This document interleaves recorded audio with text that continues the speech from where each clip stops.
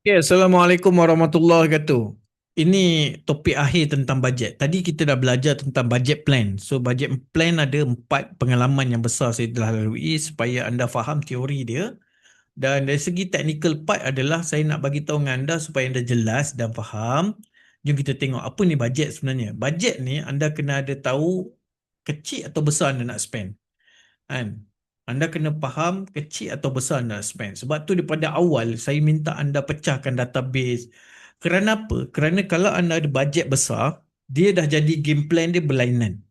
Game plan dia berlainan. Kalau bajet kita kecil, game plan dia berlainan. Berlainan ni maksud dia capaian kita kepada orang yang kita nak bagi message tu terhad. Kalau bajet kita kecil, contoh bajet saya ada 100 je. Dengan 100 SMS kita boleh hantar 100 sen, hantar boleh hantar 100 orang je, 1000 orang boleh hantar. Bajet kita boleh RM100 ada 1000 orang je. Kalau email kita boleh hantar, kalau bajet 100 kita boleh hantar berapa ribu email kita boleh hantar, 10,000 email kita boleh hantar. Kalau WhatsApp kita boleh hantar, kalau 40 sen kita boleh hantar 250 WhatsApp. Sebab tu saya kata dalam bajet ni anda kena faham elemen asas dia SMS sen, email 1 sen dan WhatsApp 40 sen. So anda kena ada benda ni.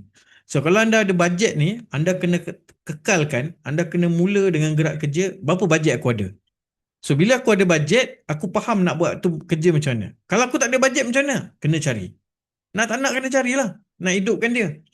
Kan? So macam mana nak cari? Itu terpulang pada anda. Bagaimana anda nak buat loan ke? Anda nak cari kawan lu buat investment ke?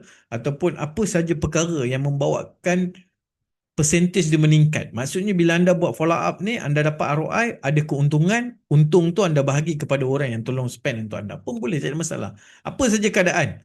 Cuma saya nak bagi tahu bajet adalah satu benda yang semua kena ada. Dan gunakan bajet yang ada ni kepada method yang official dan selamat. Official dan selamat ni bila guna sekali tak kena ban ke. Bila guna sekali dia boleh pergi ni. Sebab every single of platform dia ada berbeza capaian dan dia ada berbeza punya conversion. Contoh macam SMS. Pembukaan dia 98% orang buka.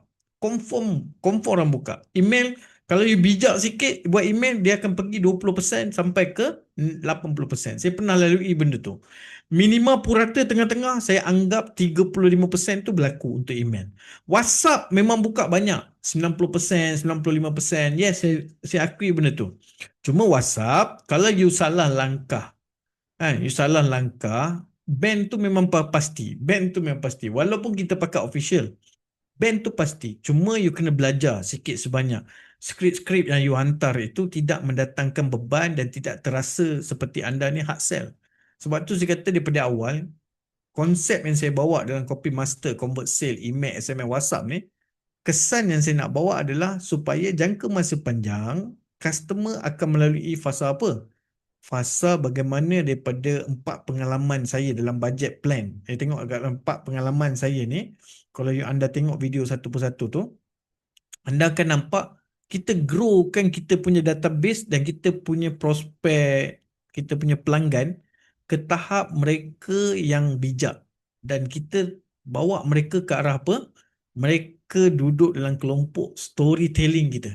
Story kita ni, bisnes kita ni ada story. So satu persatu story akan bawa kepada setiap orang sehinggakan story kita ni mereka menjadi satu story yang mereka tinggal dengar pun mereka akan rugi. Kalau mereka bersama dengan kita dengar storytelling kita, mereka akan untung. Ini saya punya gerak kerja. Boleh insyaAllah.